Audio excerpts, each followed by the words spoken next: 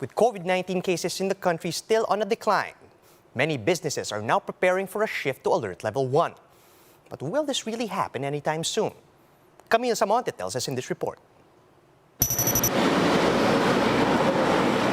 The country only logged over 8,000 new COVID cases yesterday, the lowest single-day tally for this year prior to the Omicron surge, as majority of the country has been placed under Alert Level 2 until February 28.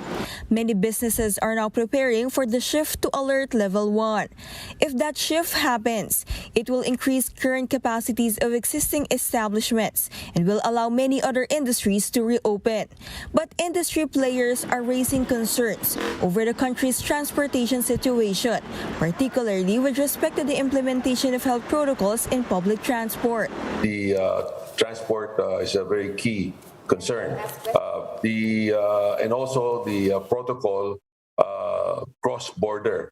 There are areas wherein their level may be different from the NCR Level 1. So how do you deal with that?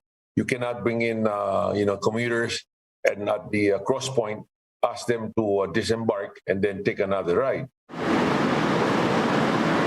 Some jeepney drivers admit that they are now filling up their jeepneys to maximum capacity, even if we are still in Alert Level 2. Many of them have removed their plastic barriers as well. No choice kami, mahal ng pila tapos diesel. Kung mag-a-adjust kami na wala kami kikitain.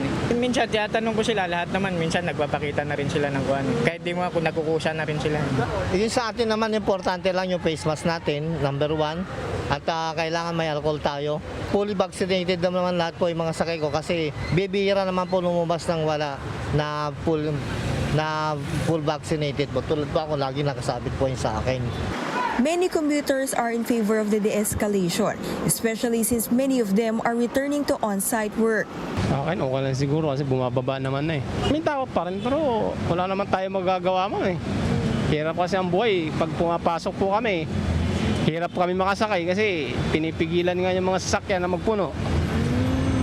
Kaya pag minsan late kami. The Metro Manila Council had a meeting Tuesday night to formulate a formal recommendation for NCR shifting to Alert Level 1. A press conference is set this morning at the MMDA office. The IATF meanwhile will meet on Thursday to discuss the matter. Before we announce any alert level for a particular period, we want to study the numbers as closely to the period as possible. Perhaps during the weekend pa talaga namin ma-announce ang ating alert level system for March 1. Although on Thursday, meron na kaming indicative na alert level classification sa lahat ng mga areas. The DILG, on the other hand, is concerned about the possible scenarios once local campaigning starts on March 25. Kailangan po nating pag-isipan yan ng mabuti dahil para po sa amin sa DILG, nababahala po kami dito sa ating campaign period. No?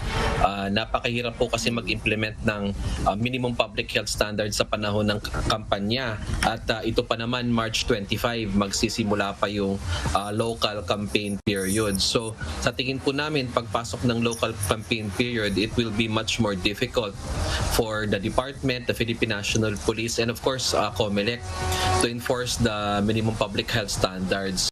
The government is also looking to hit an 80% vaccination rate for senior citizens before shifting down to Alert Level 1. We must focus our efforts now doon sa A2 and A3 kasi meron pa tayong 3 milyong mga senior citizens na hindi pa nababakunahan. So we must at least vaccinate 80% of them para confident tayo pumasok sa Alert Level 1. For News 5, Camille Samonte, We Are One News.